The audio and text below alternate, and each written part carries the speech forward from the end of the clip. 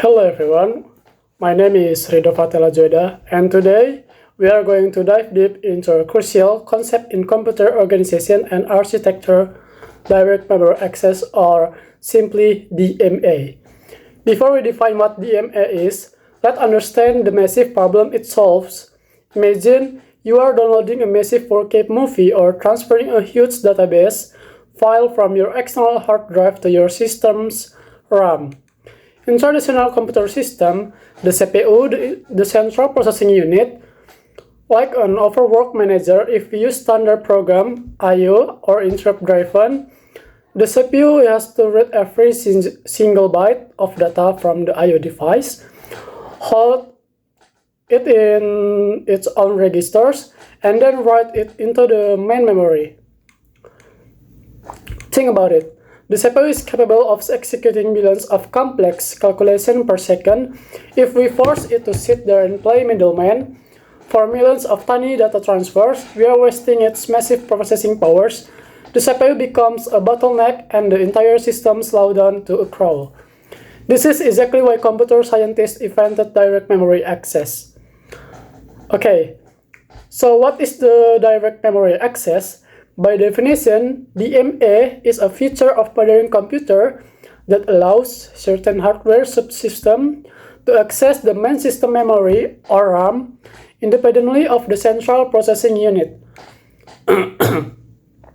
Instead of the CPU handling the transfer byte by the byte, the CPU hands over the responsibility to a specialist hardware unit called the DMA controller or DMAC.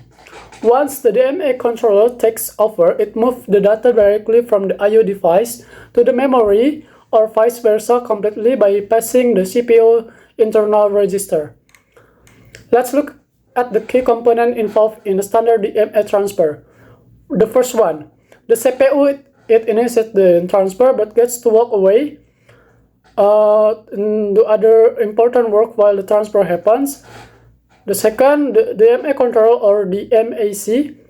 This is the specialist processor designed specifically to manage database and memory transfers. And the third, the I/O device. This is the peripheral like a network card, SSD, or graphic cards that needs to send or receive a data. And last is main memory or RAM, the ultimate destination or source of the data. Okay, next, how DMA works. Now let's break down exactly how a DMA operation happens in step-by-step sequence. It is essentially a four-step dance between the CPU, the DMAC, and the memory. Step 1, the request.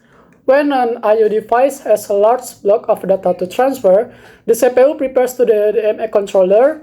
The CPU sends vital information to the DMAC, the starting address in memory where this data should go, the number of words or bytes to transfer, and the direction of the transfer, or write or write. Step 2, bus request or hold. Once configured, the DMA controller needs control of the system bus, the data bus, and the address bus, which are usually controlled by the CPU. The DMAC sends a special signal to the CPU called a hold request, asking permission to take over the buses. Step 3, bus grant or HLDA. The CPU finishes the current bus cycle, releases control of the bus, and replies with a hold acknowledge signal at this moment. The CPU temporarily steps aside from the system bus. Step 4, last step, data transfer and completion. Now, the DMA controller is the master of the bus. It transfers the data directly from the device to the RAM. Once all the data bytes are transferred and the internal counter reaches 0 to the DMC relinquishes control of the buses back to the CPU and fires an interrupt signal to the CPU, basically saying, "Hey CPU, I'm all done with the heavy lifting." Okay.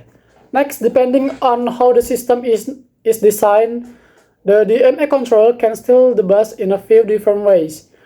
There are three main types of DMA transfer modes you should know. Okay, the first one is burst mode. How do the DMC takes total control of the bus and transfer the entire block of data uninterrupted? The CPU is completely blocked from the bus during this time. This is high-speed data device like fast storage drivers. And then second, cycle stealing mode. The DMC intercept the bus for just one single clock cycle at a time, interlacing its transfer with the CPU cycles. This is a slower device where data arrive in bursts, keeping the CPU from being totally blocked. And then next, transparent mode. The DMC is incredibly smart. It only uses the bus when it detects the CPU is busy doing internal calculation and doesn't need the bus anyway. System where CPU performance cannot be compromised at all, so it is the slowest mode. Okay, next, to wrap it all up, direct memory access is an absolute game changer for computer efficiency. Without it, modern multitasking, high-speed gaming, streaming, and data centers would be virtually impossible because our CPU would be completely bogged down by basic data logistics. By offloading memory transfer to the MA controller, the CPU is free to focus on what it does best, executing your applications, processing complex logic, and keeping your system running smoothly. Okay, so I hope this video gave you a crystal clear understanding of direct memory access, its component, and how it's optimized a computer's architecture. And thank you so much for watching this presentation today from my campus. Don't forget to study hard, keep innovating, and I'll see you next video. Bye bye.